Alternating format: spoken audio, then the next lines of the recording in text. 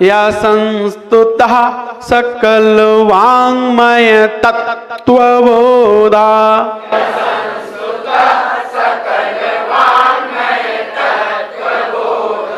तत्त्वबोधा। कितने ता है यहां पर? 3 ता है। यही तो हम देख रहे हैं, किसी को 2 ही दिखाई दे रहे हैं, जैसे यहां 3 ता है ना? 3.5 नहीं, 2.5। हाँ, तो यहां कैसे बोलना है? एक ता को ता के साथ और एक ता को वा के साथ। तत्त्व, तत् 2 ता हो गए, तत्त्व। ये इस प्रकार से हमें बोलना है, तब हम शुद्ध बोल पाएंगे, नहीं तो एकता हम खा जाएंगे। तत्वबोधा में एकता खा जाएंगे, इसीलिए तत्व। या संस्तुतः सकल वाङ्मय तत्त्वबोधा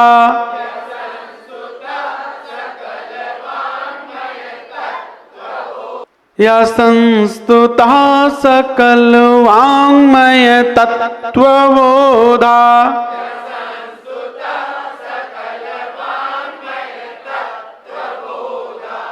भूत बुद्धि पटुभि सुरलोकनाथै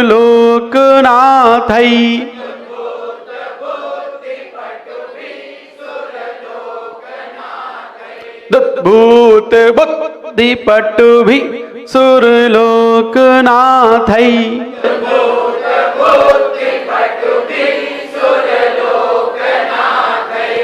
ध्यान दीजिए, भूत आधा दा है, तो आधे दा को हमें झटके से बोलना पड़ेगा, नहीं तो आप दा को पूरा कर दोगे, दुध बोल दोगे। दुध नहीं है, दुध। जीव चुपकी रहेगी दांतों पे, यदि दांतों से जीव हट गई तो पूरा दा हो जाता है, और पूरा दा होने पर एक अक्षर, एक स्वर बढ़ जाता है ना? तो इसीलिए हमें वहां ध्यान देना है। दाह बोलते समय दूसरे वाला जीव चुपकी रहनी चाहिए, तुरंत फिर हमें क्या बोलना है? भू भूत बुद्धि पटुभि सुरलोकनाथै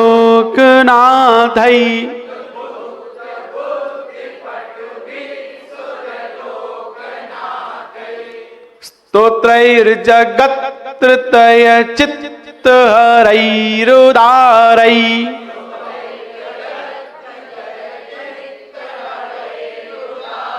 स्तोत्रैर्जगत्त्रतय चित्तहरैरुदारै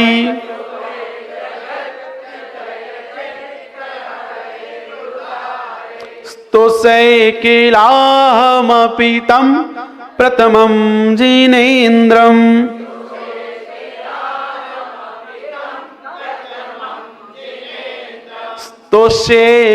स्तोषैकिलाहमपि तं प्रथमं जिनेन्द्रम्।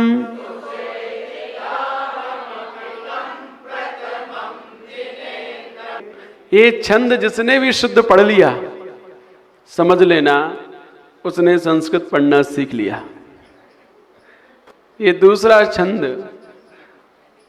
संस्कृत के बड़े बड़े अच्छे जानकार लोग भी शुद्ध नहीं पढ़ पाते। कईयों को देखा, कितना भी उन्हें संस्कृत पढ़ना आता हो, लिखना आता हो, लेकिन इसको जब बोलना का नंबर आता है कि दूसरा छंद शुद्ध पढ़ के सुनाओ, तो वहां पर भी वह कहीं ना कहीं मिस्टेक करते ही करते हैं। तो यहां हमें बहुत ध्यान देना है प्रत्येक लाइन में। पहली लाइन में आप लोग वांगमय जो शब्द है उसको पूरा कर रहे हो। वो गां है, गां, डा नहीं है। क्या है वो? गां। तो वांगमय पूरा नहीं करना, वांगमय नहीं बोलना। वांगमय बोलोगे तो गां पूरा हो जाएगा। वांगमय। तो आधा बोलना है उसे, उसमें हलंत लगाए ना, तो हलंत का मतलब आधा अक्षर है वो, तो आधे अक्षर को हमें पूरा नहीं बोलना है। वांगमय। या संस्तुतः, ये देखो विसर्ग जहां पर है वहां पर आधे हा का उच्चारण होता है। यह संस्तुतः सकल वाङ्मय तत्वबोधा,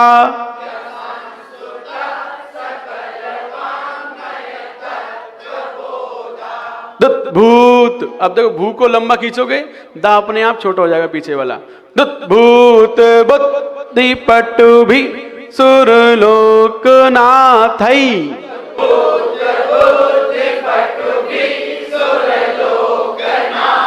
देखो बुद्धि नहीं है, छोटा ऊ की मात्रा है। बा के ऊपर कौन सा ऊ है? छोटा ऊ। बा के ऊपर बुद्धि में छोटा ऊ है। छोटे ऊ को यदि आप बुद्धि बोलोगे तो बड़ा ऊ हो गया। क्या बोलना है? बुद्धि, बुद्धि। दा इधर बोलना है बा के साथ, बुद्धि। तो आप छोटा ऊ भी हो गया, दा भी आधा हो गया, और धी पर भी छोटी की मात्रा हो गई। नहीं तो तुम बुद्धि बड़ी की मात्रा कर दोगे, है ना। तो एक एक मात्रा यदि ज्यादा हो जाती है तो बसंत का छंद नहीं रहता, क्योंकि उसमें 21 मात्राएं ही हैं। यदि एक भी मात्रा ज्यादा होती है छंद बदल जाता है। इसीलिए प्रत्येक मात्रा को सही बोलना सीखिए। छोटी ऊ की है तो छोटा ऊ ही बोलिए, बड़ा ऊ बोल दिया तो उसमें 2 मात्राएं हो जाती हैं, और छोटे ऊ में 1 मात्रा है। छंद शास्त्र में हमेशा दीर्घ अक्षर की 2 मात्राएं गिनी जाती हैं। इसीलिए हमें ध्यान देते हुए पढ़ना है। विसर्ग भी है उसमें, ऐ की मात्रा है, एक ही नहीं है। मात्रा किसकी है? ऐ की। ए और ऐ में अंतर जानते हो? हाँ, ए फॉर ए से एड़ी, ऐ से ऐनक, ऐनक नहीं। ए फॉर ऐनक, है ना। तो यहां पर ऐ है, ए नहीं है। यदि आप इंग्लिश में इसको लिखोगे तो ए आई लिखना पड़ेगा, तब ये अक्षर निकल के आएगा। आप टाइप करोगे व्हाट्सएप पे ए आई, तब क्या बनेगा? आई बनेगा। और आपने ए आई नहीं लिखा ना, तो आई नहीं बनेगा। तो इसीलिए ये क्या है? ऐ शब्द है, इसलिए नाथई। और विसर्ग लगाए तो थोड़ा हा भी आता, थई, है ना। हा निकल रहा ना, नाथई। तो ये ध्यान रखना। दुद्भूत बुद्धि पट भी सुरलोक नाथई।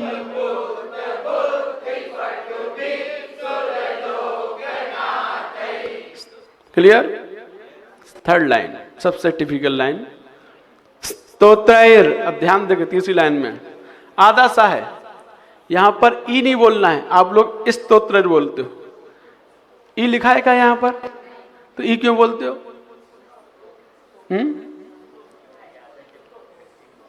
एक ई बोल दोगे तो एक अक्षर बढ़ गया ना, एक स्वर बढ़ गया। छंद शास्त्र फिर आपको निकाल देगा बाहर कि आप गलत पढ़ रहे हैं। तो यहां क्या बोलना है, कैसे बोलना है समझिए। हमने बताया था आधे अक्षर कभी भी बाहर नहीं आते हैं, है ना। आधे अक्षर छोटे बच्चों की तरह हैं जो अकेले बाहर नहीं आते हैं, तो इनको आप बाहर मत निकालिए। सा अक्षर है, सा ऊष्माण शब्द होते हैं, तीनों सा। कोई संज्ञा कातंत्र व्याकरण में ऊष्माण शब्द की दी गई है।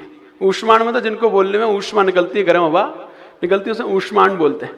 तो ये ऊष्माण शब्द हैं। तो इसमें जब ये आधे आते हैं तो इनको पूरा नहीं बोला जाता, ई लगा कर नहीं बोला जाता है, बस हल्की सी हवा दी जाती है। आधा सा हो गया, क्या बोला? आधा सा हो गया। ये इतना सही बोल रहा है आपको, आधा सा बोलने में पूरा बाहर नहीं आएगा, बस ये आधा सा हो गया।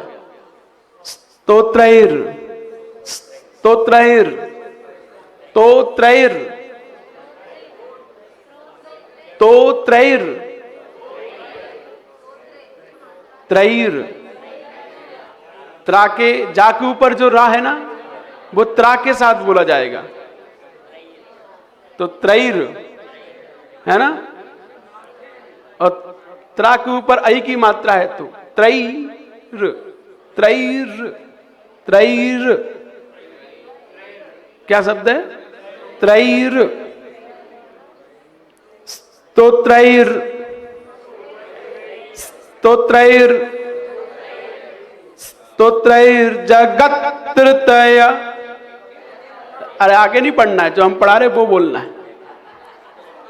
वो तो हमें पता है आप लोगों को कितना आता है। स्तोत्रैर जगत्त्रतय। अरे स्तोत्रैर जगत्त्रतय चित्तहरैरुदारै।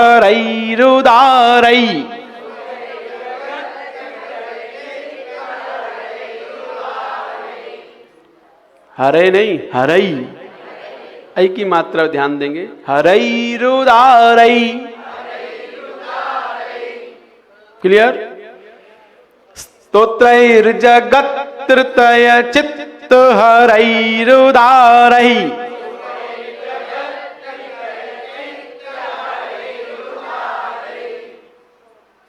अब चौथी लाइन, स्तोष्ये किलाह। देखो आधा सा यहां भी है तो ऐसे ही बोलना है। स्तोष्ये किलाह मपीतम प्रथमं जिनेन्द्रम।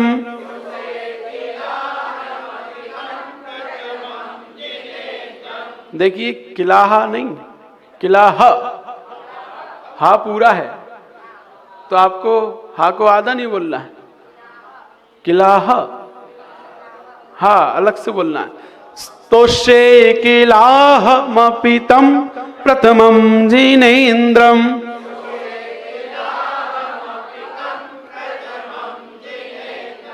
पढ़िए।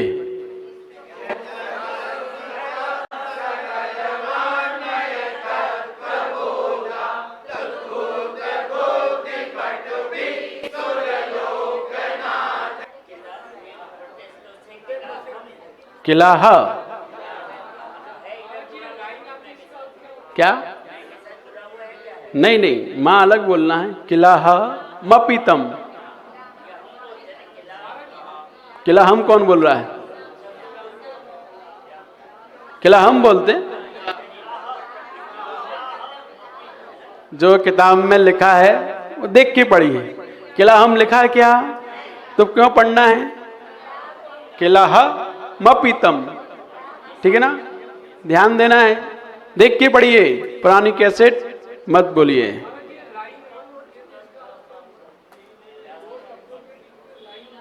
देखिए यहां प्रश्न किया है कि दो शब्दों के बीच में जो डैश दिया है इसका क्या अर्थ है। देखिए इनका अर्थ होता है, एक तो द्वंद्व समास होता है। द्वंद्व समास जहां पर होता है वहां पर बीच में एक साथ शब्द होते हैं जुड़े हुए, लेकिन जब हम उनको अलग अलग करके लिखते हैं तो बीच में डैश दे देते हैं। इसका मतलब ये शब्द जुड़े हुए हैं। जो संस्कृत का जानकार व्यक्ति होगा वो समझाएगा कि ये शब्द एक है, बस तो अलग अलग लोग पढ़ पाएं, आसानी हो पढ़ने में, इसीलिए उसमें डैश करके लिखा गया है। एक ये तरीका होता है। दूसरा तरीका किलाह मपी जो है ना, तो जो माँ है वो यदि हा के साथ बोलेंगे तो किलाहम होगा, और इधर क्या आ गया? अपी, आ आया है। तो एक संस्कृत का नियम होता है कि आधे अक्षर के सामने यदि आ जाए, स्वर आ जाए, तो वो अक्षर स्वर अपने आप में खींच लेता है सामने वाले अक्षर को। तो ये संस्कृत का नियम है। आधा व्यंजन यदि सामने हो और पीछे स्वर आ जाए तो स्वर उस व्यंजन को अपने में खींच लेता है, मिला लेता है। तो इस प्रकार यहाँ माँ आधा था और सामने आ आया तो माँ को आने अपने में मिला लिया, माँ को पूरा कर दिया। तो ये इस प्रकार की जहाँ संधि हो जाती है वहाँ भी बीच में ये हाइफन लगाते हैं कि यहाँ संधि हुई है। तो ये इस प्रकार दो तरीकों से बीच में डैश लगाया जाता है। ठीक है, क्लियर? प्रैक्टिस करना, बिना प्रैक्टिस के नहीं आएगा, नहीं आएगा, है ना। Practice make perfect. आपको परफेक्ट बनना है तो प्रैक्टिस तो करनी पड़ेगी। और ध्यान रखना, कोई विद्या आप पढ़ रहे हो विनय पूर्वक पढ़िए। सभी लोगों का सिर ढका होना चाहिए। जिनका सिर नहीं ढका है उनके ऊपर से बाउंसर जाएगा, अंदर नहीं जाएगा, क्योंकि उनकी ऊर्जा ऊपर से निकल जाएगी। और जब ऊर्जा निकल जाएगी आप अंदर स्टोर नहीं कर पाओगे तो कुछ भी आपको ग्रहण नहीं होगा। इसीलिए हमें सिर ढक के ही पढ़ना चाहिए। विद्वान लोग सिर टोपी क्यों लगाते थे? क्योंकि उनकी ऊर्जा बाहर ना जाए। ग्रहण करें, जो पढ़ रहे हैं, शास्त्र का अध्ययन कर रहे हैं या पढ़ा रहे हैं, उसको वो ग्रहण कर पाए। इसीलिए हाँ, सब जगह भगवान की विनय, गुरुओं की विनय, जिनवाणी की विनय जितनी ज़्यादा होगी उतनी ज़्यादा ही हमें ज्ञान का अर्जन होगा।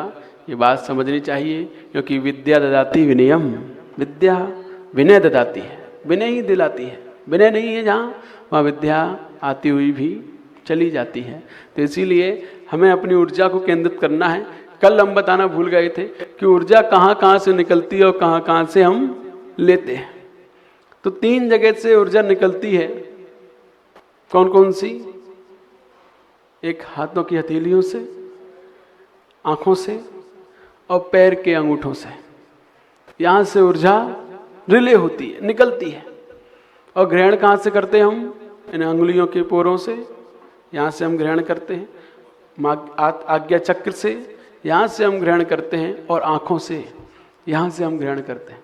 3 जगह से ऊर्जा को हम ग्रहण करते हैं और 3 जगह से ऊर्जा निकलती है, जिसमें आँखें दोनों काम करती हैं, निकलती भी और ग्रहण भी करती है।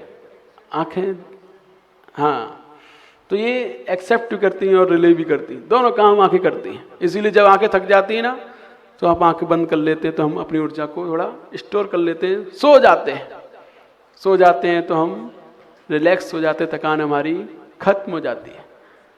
तो वो ऊर्जा हमारी स्टोर हो जाती है सोने पर, और फिर हम फुल एनर्जी के साथ अपने काम में लग जाते हैं। तो ये ऊर्जा जहाँ से निकलती है वो चीज़ हमें उस ओर करनी है जिस ओर से हमें ऊर्जा ग्रहण करनी है। जैसे हम चरण छूते हैं ना, तो ये चरणों पे लगाते हैं, फिर यहाँ से यहाँ लगाते हैं, यहाँ ग्रहण की जाती है। हाथ कोई कोई तो सीधे सीधे ही रख देता है कि ये हाथों से लेंगे बीच में फैल जाएगी, सीधे शरीर टिका देते, डायरेक्ट ऊर्जा लेता है चरणों से। लेकिन ध्यान रखना, पसीना आ रहा हो तो सिर नहीं टकाना, वरना तुम पसीना हमें पहुँच दोगे अपना, तो वो और दोष हो जाएगा कि दूसरे का पसीना अपने आराध्य को लग जाए। भगवान के सिर लगाओ, पसीना नहीं होना चाहिए, तभी लगाओ, ये विवेक है।